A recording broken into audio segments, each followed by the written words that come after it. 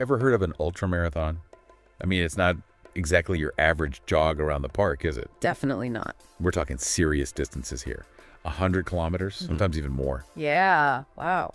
and often through some really intense mountain terrain. It's a whole different world, this incredible test of pushing limits. And it just happened to be the surprising passion of our deep dive subject today, Matthias Bachmann.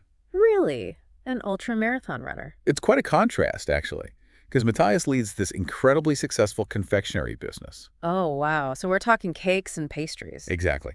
Confiserie Bachmann, based in Lucerne, Switzerland. They're known for these delicious pastries, handcrafted chocolates, the works. A real legacy, actually.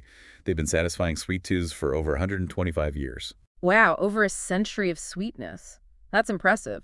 But then you have this other side, this drive for something, well, more extreme. Right. It's fascinating. On one hand, you have the delicate world of sugar and spice, and on the other, these grueling races.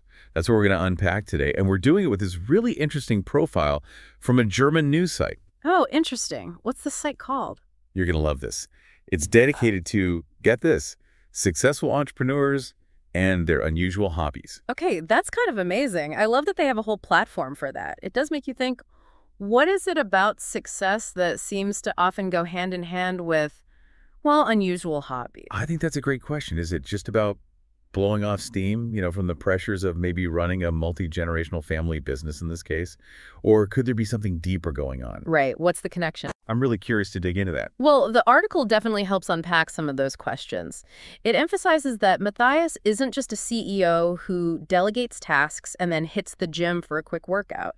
This is someone who's incredibly hands-on with his business, deeply involved in the day-to-day operations. So we're talking long hours, constant weighty decisions, and then on top of that, the pressure of maintaining a legacy over a century old. Exactly. And that's what makes the ultramarathon bit so interesting, because it's clearly more than just a quick workout or a way to de-stress. For sure. There are definitely easier ways to unwind. You would think.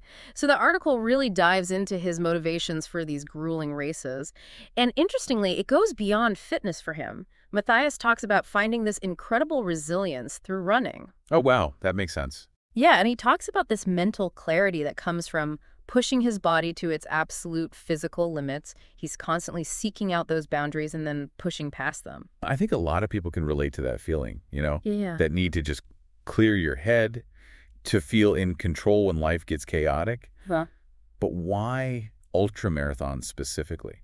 It's interesting you should ask that. The article actually highlights a specific moment, a turning point for Matthias, and it just happened to involve one of the most iconic races out there, the New York City Marathon. No way, really? The New York City Marathon? Yeah. Back in 2005, something clicked for him during that race, and it seems like that was just the beginning. The New York City Marathon. That's a pretty iconic starting point for a runner, isn't it? Oh, absolutely. You think about the energy of that race, the sheer determination you feel in the air. That's palpable. You could almost see how it could push someone like Matthias even further. And push further he did. The article talks about him completing marathons in other major European cities like Berlin, Paris. Wow, so he kind of conquered the pavement and set his sights on something bigger. Exactly. He moved on to these incredibly demanding ultramarathons. And I mean, we're not just talking about any mountains here. Oh, right. This article mentions the Ultra Trail du Mont Blanc. The UTMB, yeah. 170 kilometers, winding through France, Italy, and Switzerland. I can't even imagine the discipline, the mental fortitude to even start something like that. It's unbelievable. And it's not just the distance, right? You're dealing with a crazy amount of elevation gain. I mean, it's a completely different beast than a standard marathon.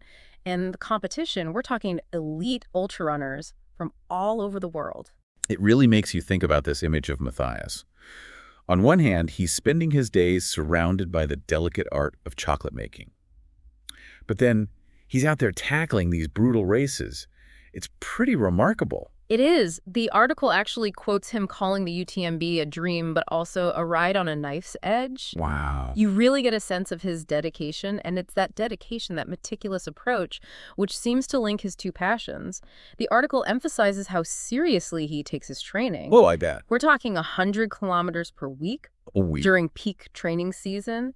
He even incorporates intense elevation changes to get ready for races like that UTMB. It's like the focus and planning it takes to run a successful business. Exactly. He's not just mindlessly clocking in miles, he's strategically preparing his body and mind for a massive challenge. It's so strategic. And the article even highlights how that discipline carries over into his work at the confectionery. That same meticulous approach, he applies it to crafting his chocolates, his pastries, everything. I do wonder about the whole balancing act. Does the article go into how he manages both? Because that's a lot. You know, it's funny, the article actually mentions how Matthias uses his confectionery background to, actually fuel his runs. Oh, really? Now that's interesting. Yeah, he meticulously plans his nutrition for these races, uses his knowledge about sugars and energy release to his advantage. So it's like this really unique synergy between his two passions. Right, they feed into each other. I love that. It reminds me, we often compartmentalize our lives. We have our work selves, our hobbies, maybe our personal growth goals. But Matthias shows us what happens when you can connect those different aspects, when you let those passions inform and enhance each other. Absolutely. And it's more than just success in different areas. It's about the whole journey, right? The challenges, the lessons you learn along the way. And speaking of lessons, it seems Matthias is really passionate about sharing his experiences. Yes. He actually has a blog and posts these really cool videos from his races and training runs. Oh, wow. But here's the thing. It's not about bragging or anything like that. He really focuses on the inspiring aspect. He wants others to find their own ultramarathon, whatever that might be for them. I love that. Because it is kind of a reminder that we all have those hidden depths, this capacity for pushing beyond what we think we're capable of. Absolutely. It's just about tapping into it. Sometimes all we need is a little nudge. Exactly. A bit of inspiration to take that first step. That's what I think is so great about Matthias Bachmann's story. It's not really about, whether we all need to go run ultramarathons or become master chocolatiers. It's about taking a look at our own lives, at where we're holding back. Right. What are we shying away from? What's our ultramarathon? That challenge that might seem a bit scary, but also super exciting. Exactly. What could we achieve if we brought that same kind of discipline and passion and, that really strategic thinking to those other areas of our lives? It makes you think, doesn't it? Yeah. It really does. Matthias Bachmann's story just shows the amazing power of pushing those limits, of embracing challenges, and finding that unique balance that works for you. So as you go about your day, just remember, sometimes the sweetest victories come from, embracing those unexpected challenges. And that's a wrap on our deep dive today. Hopefully you feel inspired to get out there and discover your own ultramarathon, whatever that might be.